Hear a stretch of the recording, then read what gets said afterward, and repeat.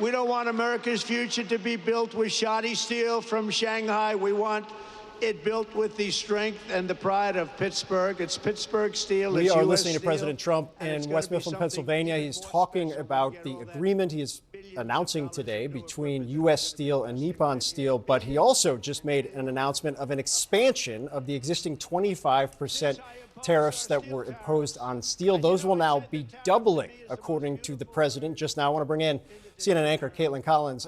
Caitlin, cover this stuff most days. Was not expecting that element of this to be a central part of the announcement today. What's your understanding of things right now? Yeah, we had heard from White House officials that there might be some news in this speech today, and just there, the president announcing that he is lifting these tariffs on steel and aluminum coming into the U.S. from 25% to 50% is certainly going to raise some alarm bells, and is really just the president only increasing something that he has believed in ever since his first administration, when he put steel and aluminum tariffs in place and then reinstated those, lifted some when he took office this time around, and now says he is lifting it to 50%. He seems to say there was some deliberation, Phil, over whether to do 40% or 50%. And his Treasury Secretary, Scott Bessent, was on hand today inside the Oval Office and is there with him right now in West Mifflin. And so that is a headline coming out of this, as the president is there to announce a deal that really, Phil, I mean, this is the culmination of back and forth negotiations and questions of what was going to happen here since 2023, when Nippon Steel came out and said they were going to buy U.S. steel to the tune of $15 billion. It caused a ton of backlash here in the United States. President Biden vowed to not let it happen because he was worried about U.S. national security. Trump himself actually opposed this about 6 months ago. He had posted on Truth Social that he would not allow this to happen. And even today, there are still questions about what this deal means and whether or not how the control structure is really brought up, because Peter Navarro told us yesterday in front of the White House that the Japanese company is not going to have any kind of involvement or control when it comes to final decisions. Now, I think some people have said, it's hard to see that they're going to invest billions of dollars in this company and not have any decision-making power at the end of the day. And we haven't gotten a ton of clarity out of the White House on what exactly this detail and this deal is going to look like that the president is on stage touting, in addition to announcing those much higher tariffs on steel and aluminum coming into the U.S. Yeah, the terms of that, the details are extremely important. Also, my appreciation to Caitlin, who is often my gut check for, wait, that sounds new and really important. In this moment, they were already problematic, I think, for some some foreign capitals right now. What does this mean? Well, let me start by saying I do support this Nippon Steel deal. I think it's a good deal for everybody. I think it's a good deal for the Japanese. I think it's a good deal for the U.S. steel workers, and people who've invested in U.S. steel will come out well, too. So I'm very pleased about that. And I've said that all along. Even when Trump was against it, I was for it. I think he's come to a good solution. And I haven't read the fine print either about how it'll actually work, but there will be some U.S. oversight of this company, and that's what Trump was insisting on. So I like that. I'm a little queasy about these steel tariffs. There's been a lot of studies that looked at what happened when Trump raised steel tariffs in his first term, and what most of the evidence finds, Phil, is that we did save steel jobs. The problem with the tariffs is that all the other companies, the manufacturers, the car companies and so on that use steel, their steel was now more expensive. And so on balance, the evidence is pretty clear. We lost jobs because of the steel tariffs. So I don't think it's going to work. And this time around. Tonight, Donald Trump took to social media at 8:09 a.m. to publicly lash out against China after a roller coaster few days for Trump's illegal tariffs that were first blocked. Then they were confirmed blocked by a federal court. Then they were temporarily reinstated. Donald Trump accused China of violating a trade truce that he claims the two countries agreed to earlier this month.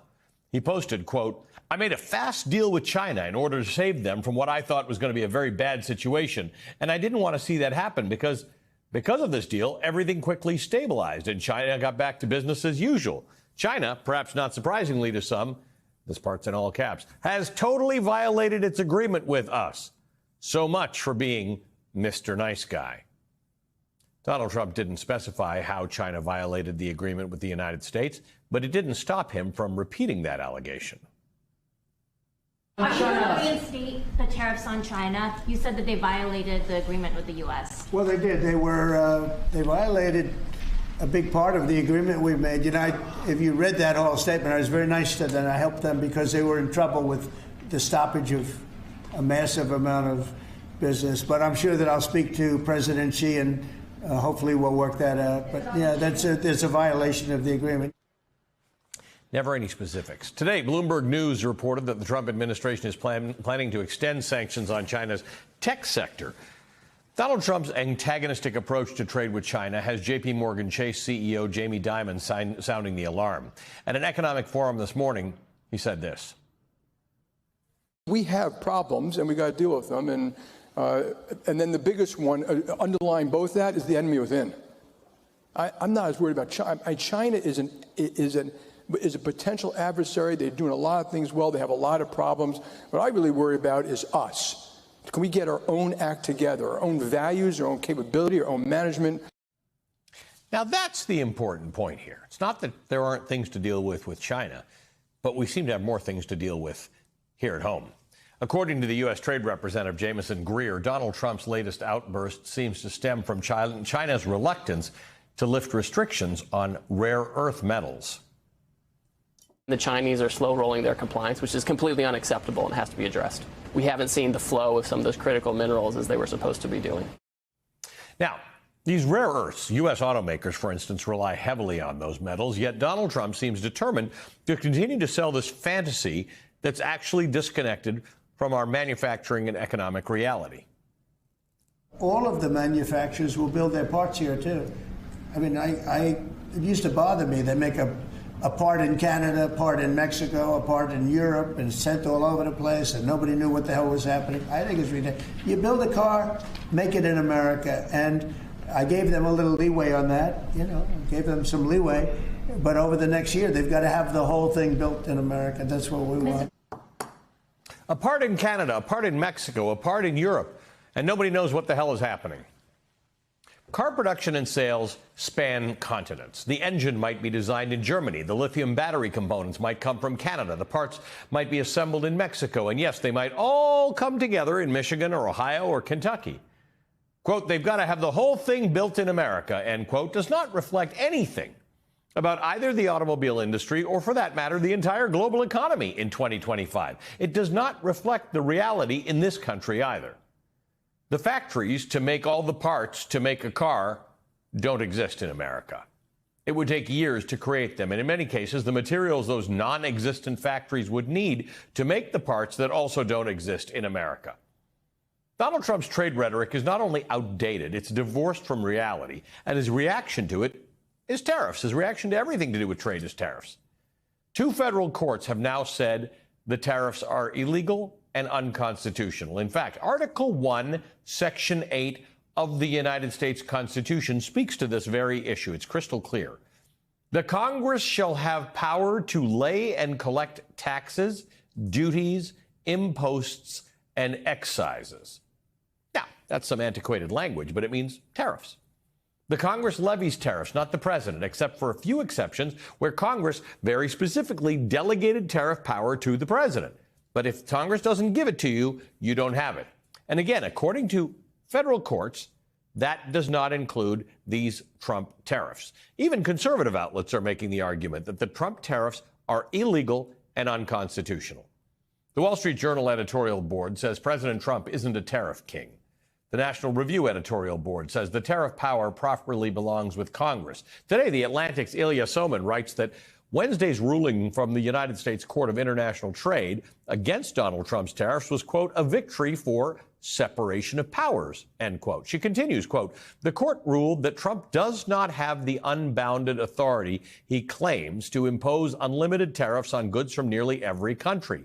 The British overthrew King Charles I in part because he tried to impose ship money taxes without legislative authorization. The President of the United States is no king, and he does not have the power to impose taxes in the form of tariffs wherever he feels like it. The court's decision upholds this fundamental principle of the Anglo-American constitutional tradition, end quote. Yesterday, Donald Trump's National Economic Council chair called the ruling a, quote, hiccup.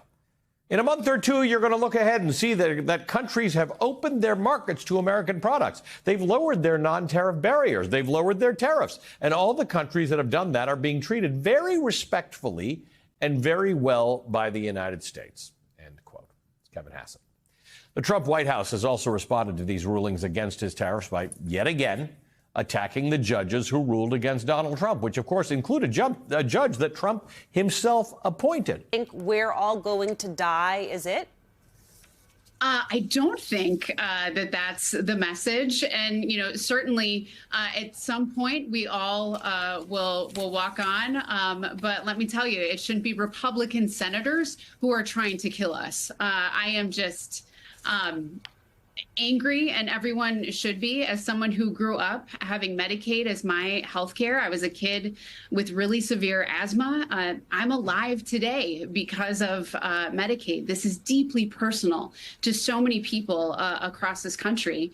And I think what is most appalling is that, you know, these cuts to Medicaid are simply to pay for tax breaks for Trump and his billionaire besties. It's ridiculous. And folks, regardless of your political party affiliation, should be incensed.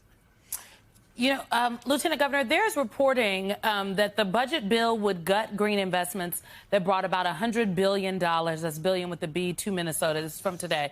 It says, quote, Canada company, a maker of panels and other components of solar energy systems, said it's holding off on its decision to build a new plant in Minnesota until the fate of the tax credits is clear. There are real implications from Medicaid to jobs. Trump's trade regime falling apart, and it's leading to a point, like all of this combined, the loss of local economies, the cuts to social programs. This is a double whammy on the American working class, especially in certain areas. Like it's affecting everybody everywhere. This is how bad Trump policies are. But certain communities are being hurt more. In many cases, like let's say you're a community that's on the border, or you're a community that's in particular relies on a lot of foreign trade, even more than certain other states or certain other regions of your state. It's going to be hitting you even harder. Or if you're in an area where there are a lot of lower income people, where rise in prices, even if they're not that much, for an upper middle class person, they could absorb it. For a rich person, they might not even notice it. But for a poor person, it might be, they might have to go without a couple meals. They might have to, fall behind on paying their utilities because of it, right?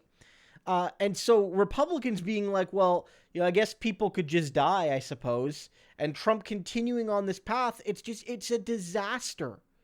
It's a disaster, guys. And it's affecting a lot of red states and a lot of red areas of blue states. You have Minnesota there, it's a blue state, but a lot of the areas most affected, border areas with Canada.